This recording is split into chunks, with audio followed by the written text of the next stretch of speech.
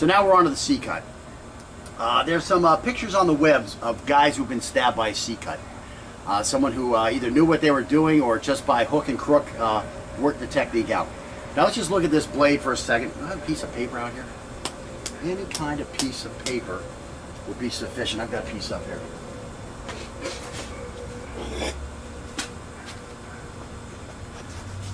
Got my Cabela's outdoor calendar here.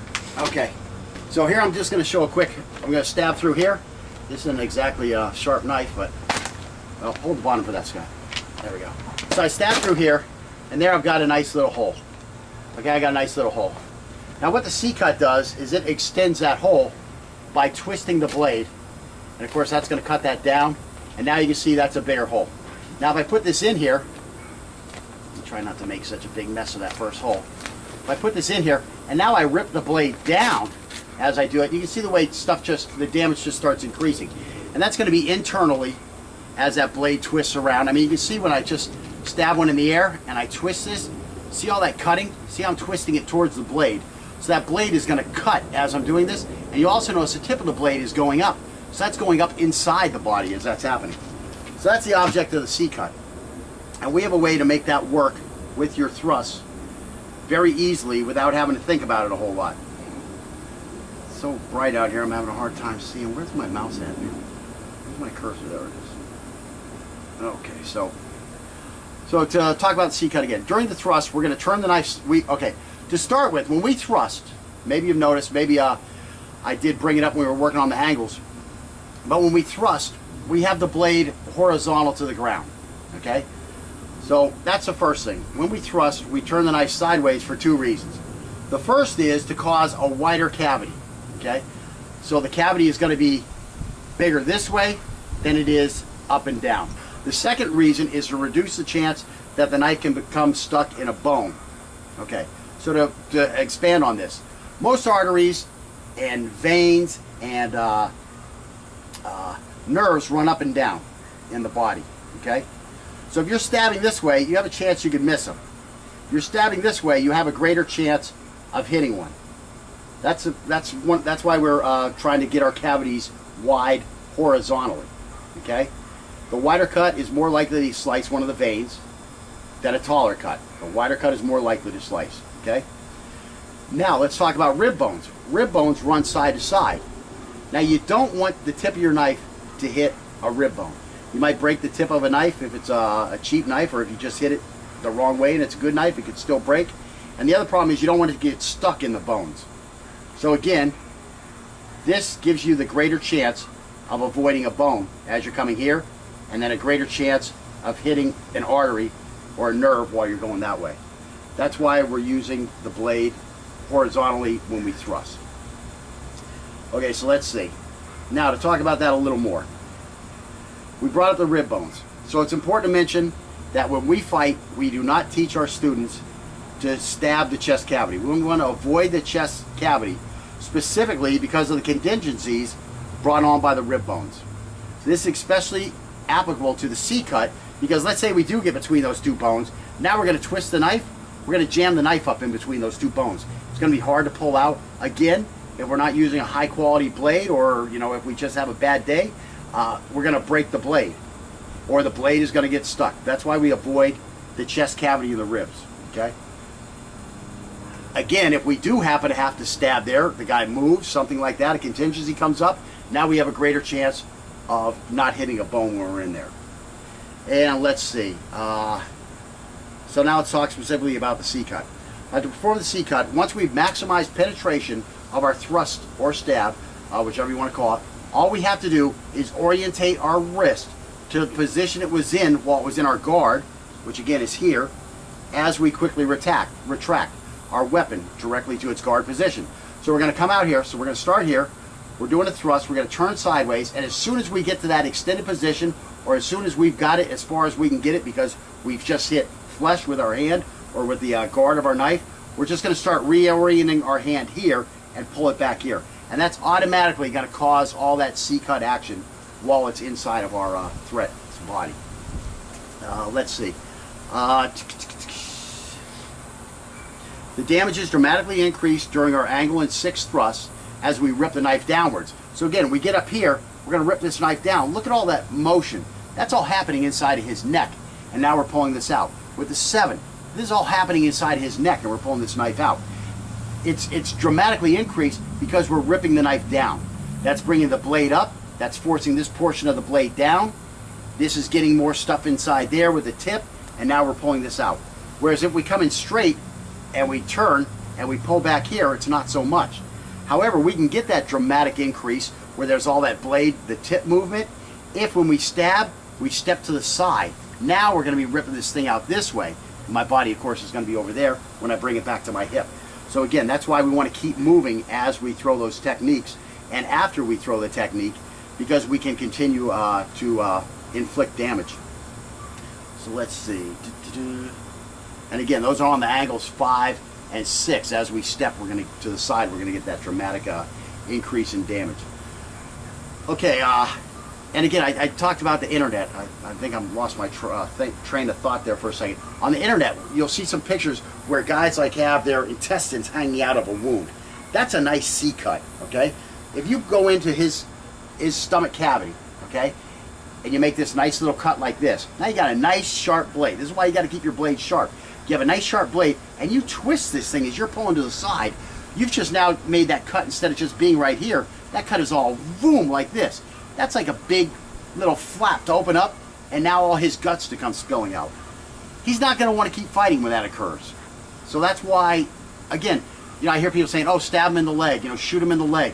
Be nice, you know, you don't want to kill the guy. The guy's trying to kill you. If he's introduced enough force at you where you have to use lethal force, you need to finish this guy as quickly as possible, okay?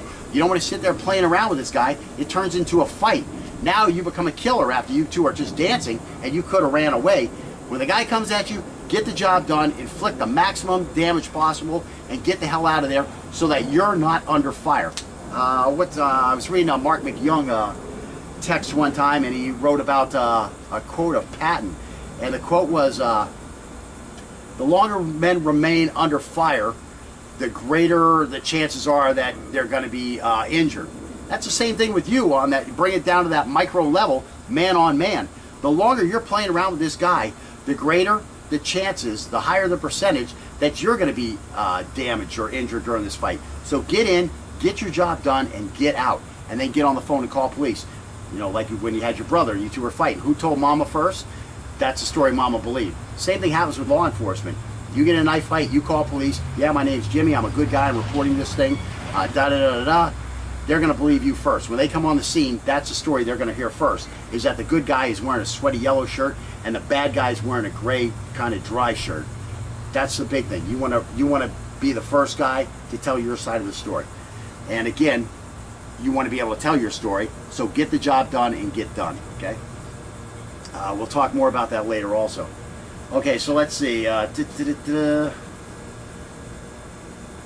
that's about it. So we're going to work on some skills where we're going to employ the slip attack and the C-cut to 5, 6, 7, 8. And we're doing step and drags in, so we're going to stay in there, okay?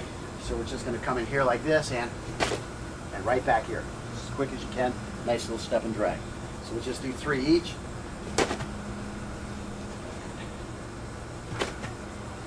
Go ahead, give me 3 of those.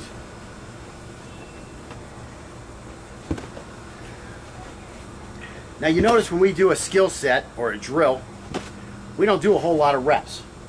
We're not worried about a whole lot of reps in any one skill, because we're going to repeat this skill over and over and over and over and over. Once you get the hang of it, get done with it. Advance your skills to a more usable skill set. So again, you know, we worked on that step and drag. We did a couple step and drag boxes out here, and then we moved that to a slip attack. We did some slip attacks at long range here, and now here we are back at the slip attack. So you don't have to just sit there and work one skill over and over and over before you add a skill. Get proficient at it, get comfortable with it, and add a new skill. So now we're going up to that 6, so see that big rip down?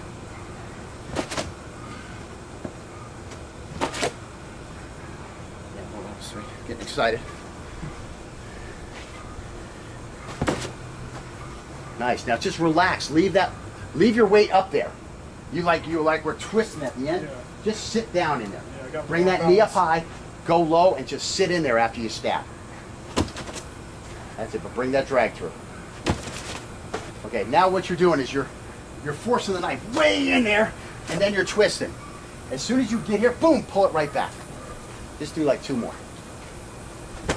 That's what you want. You want this to become 1. Okay, so now watch some of my 7s. So watch, as soon as it hits, I just pull it right back.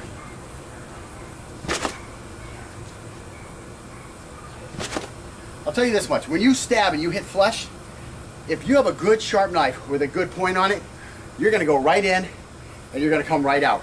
There's not going to be any problems. I've stabbed real flush with nice knives, okay? All the knives that I've ever fought with are nice knives, except this aluminum one, because it's just training knife. But keep your knife sharp. Every month, look at your knife. Make sure there's a good edge on it. You know, guys, they just keep putting them in their pocket with that little clip showing, with that little clip showing, with that little clip showing. And they never look at that knife. I have guys come over here and take a lesson. I say, let me see your knife.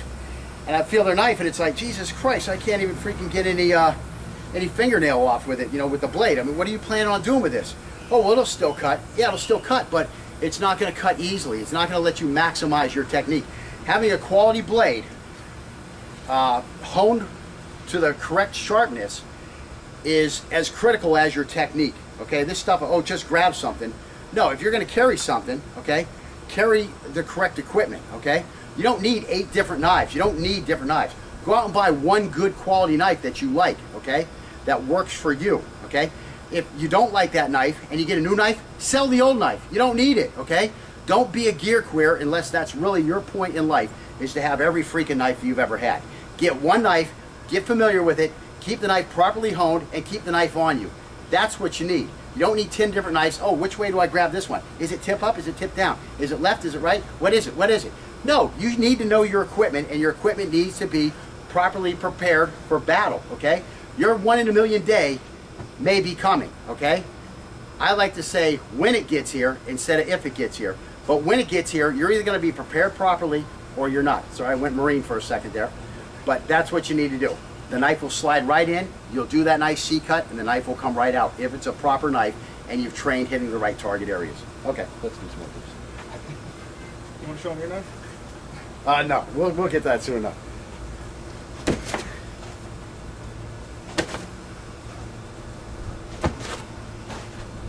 Stayed in there a little too long. Yeah, you just got, I mean, it's just a, there's that freaking wasp. Sole survivor. Stay still for a second. Fuck. Just give him a little tap. I'm trying, but he's just need my chopsticks. Need Musashi in his chopsticks. I'm not quite that fast. Maybe something bigger. Let's go away, boy. We killed your friends. We broke your house. Okay, so again, you just want to, right like that. See the way I rip it down? Just rip it right back to where it is. As soon as I get to here, that's already programmed in. That's part of the stab move. That's what you want to do. You want to program that C-cut in as part of the stab move. You don't want to be like, oh, I'm going to do it this time, I'm not going to do it that time. No, do it every time because you pick the correct targets, and those are the only targets you attack. Again, you can see how many stabs are from here to here where the ribs are. How many stabs? Maybe early on we were playing around. Actually, most of these are just rips. Yeah, that's when we from were... twos coming across it. There's one stab here where somebody missed. That puts you right up here in this bony area. That'd be a problem. There's one here right on the shoulder. Those could be problems. Again, you have a quality blade, it's not going to be a big problem. Also, have a backup blade. I mean, you know, just redundancy is okay. I carry 3 knives with me at all time. One is my my primary go-to.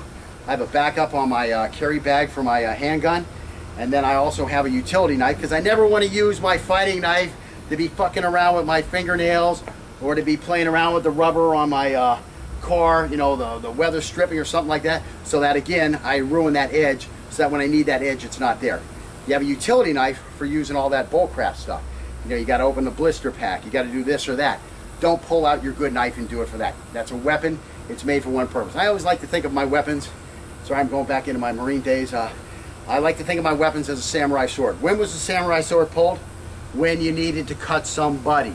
Okay, that's when it was. It was only open for combat. As a matter of fact, the guys who used to sharpen the blades, okay, I would bring my blade over, and if I'm a samurai, I'm going to bring my blade over, and I'm going to go, Scott, here's my blade. Well, my blade is going to be inside the sheath. I forget exactly what they call those things right now, but it's going to be inside of that. Now, Scott has to sharpen it. Well, guess what? Scott better have a permanent scar on his hand where when he pulls my blade out, he has let it taste blood, or else he is not going to sharpen my blade, because my blade has to taste blood when it opens, okay? That's the way those guys, that's how serious those guys were compared to you and me. And I'm a pretty serious guy, but I'm just, I don't have a total lifestyle to live. I have a real job. So anyways, you can't always do that. These guys were dedicated to the freaking nth degree, and that's why they were so good. They had nothing else to do. I mean, they didn't have the internet. They didn't have, TV. They didn't have a car to go down to the movie theater, to go out drinking and stuff like that. What did they do? They sat at home and freaking practiced their techniques with their buddy next door, especially the whole winter, when you couldn't go out back in the old days. You didn't have a snow plow to clean the road and stuff like that. So anyways, that's the purpose of having a utility blade. I don't even know how I got there. Okay, let's continue. So again, this thing's going in and it's ripping right down. Okay, give it one of those guys.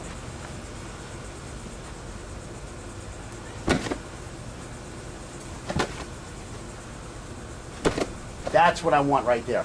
You went in and you twist it out at the same time. Okay. So again, he's going to have plenty of time to work on this. Sometimes he actually does some stuff at home. He's a decent student. So that would be one that you would want to practice if you're going to practice something in the air. And again, that'd be something you could practice in the air as long as you make sure that you're going to have a target to work on it, and when we get to the foam blade, that you're still doing that thing when we jab each other. Counter here. Okay. So here I'm just going to show a quick, I'm going to stab through here. This isn't exactly a sharp knife, but well, hold the bottom for that, Scott. There we go. So I stab through here, and there I've got a nice little hole. Okay, I got a nice little hole. Now what the C-cut does is it extends that hole by twisting the blade. And of course that's going to cut that down. And now you can see that's a bigger hole. Now if I put this in here, try not to make such a big mess of that first hole. If I put this in here, and now I rip the blade down as I do it, you can see the way the damage just starts increasing. And that's going to be internally as that blade twists around. I mean, you can see when I just stab one in the air and I twist this, see all that cutting? See how I'm twisting it towards the blade? So that blade is going to cut as I'm doing this, and you also notice the tip of the blade is going up. So that's going up inside the body as that's happening. So that's the object of the C-cut. And we have a way to make that work. So that's the first thing. When we thrust, we turn the knife sideways for two reasons. The first is to cause a wider cavity, okay? So the cavity is going to be bigger this way than it is up and down. The second reason is to reduce the chance that the knife can become stuck in a bone. Okay, so to expand on this, most arteries and veins and nerves run up and down. And so now we're on to the C-cut. There's some pictures on the webs of guys who've been stabbed by a C-cut. Someone who either knew what they were doing or just by hook and crook worked the technique out. Now let's just look at this blade for a second. I have a piece of paper out here. Any kind of piece of paper will be sufficient. I've got a piece up here.